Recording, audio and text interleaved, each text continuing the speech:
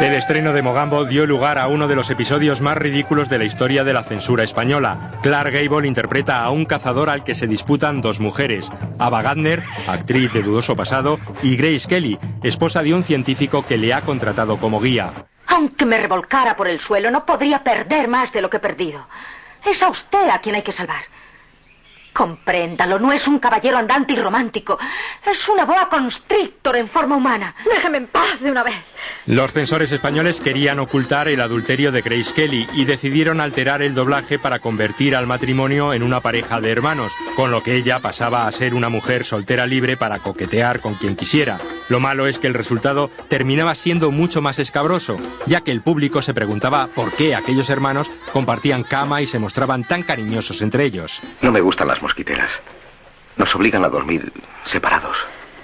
Donald, estoy muy cansada.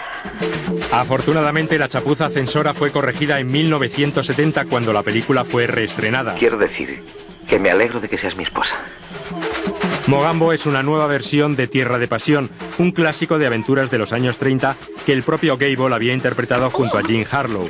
John Ford no tenía demasiado interés en rodar la película, ni el tema ni los actores eran de su cuerda, pero pensó que si aceptaba, podía aprovechar para tomarse unas vacaciones exóticas en África. Bueno, allá vamos, al parque zoológico. Pero Mogambo no es una película de safaris más. La selva y los animales son solo una tapadera para contar una historia de pasión a tres bandas.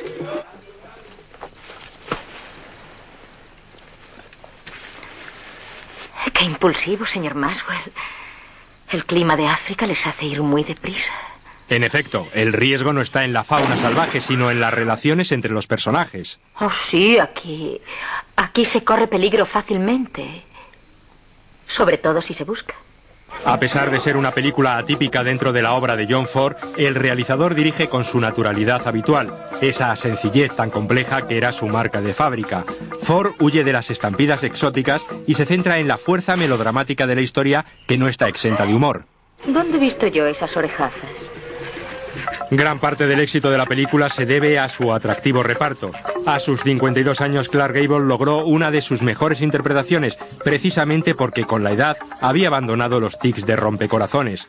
Eso sí, su carisma seguía intacto. ¡Qué piernas más fuertes! Y buenas rodillas. Grace Kelly fue una apuesta personal de John Ford. Como Hitchcock haría después, el director supo sacar a flote la apasionada sexualidad que se escondía tras su aspecto frágil. Oye, vaya chavala la rubia. Es estupenda. De esas a las que los hombres les dais los planos de la mina. En cuanto a Ava Gardner, más que de una interpretación hay que hablar de una encarnación. En su autobiografía aseguraba que nunca se había sentido tan cómoda en un papel como en este. Y eso que la actriz atravesaba uno de sus peores momentos personales. Su matrimonio con Frank Sinatra hacía aguas. Parece que le gusta mucho este vino, Miss Kelly. Estoy cualquiera. Siendo vino, mis complejos desaparecen. Ava bebía más de la cuenta o escandalizaba a sus compañeros bañándose desnuda delante de todo el equipo. Bueno, yo tenía que lavarme como fuera.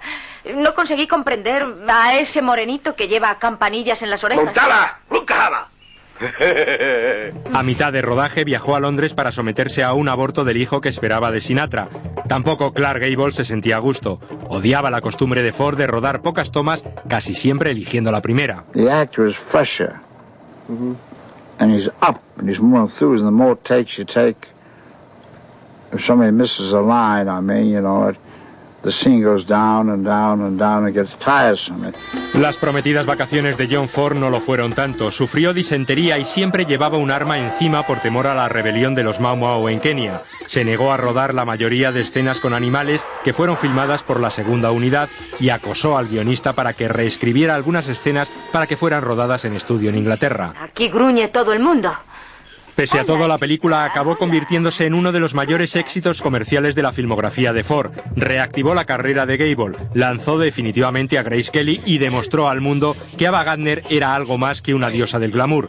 Todo gracias a una película de aventuras que no lo es en realidad. Amigos, aguanto este paseo turístico por el zoo. Pero si van a seguir haciendo striptease mental para luego taparse con disculpitas, será mejor que les olvide. Lo que cuenta aquí no es la acción ni el peligro, sino las emociones. Ya lo dice su título, Mogambo. palabra que en suajili significa pasión.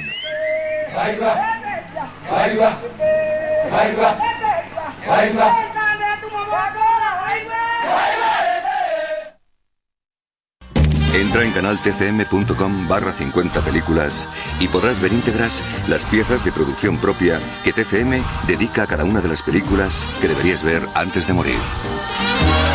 Además, queda abierto el debate en nuestro blog para que puedas opinar sobre esta selección y cada una de las películas. canaltcm.com, la otra forma de disfrutar de TCM.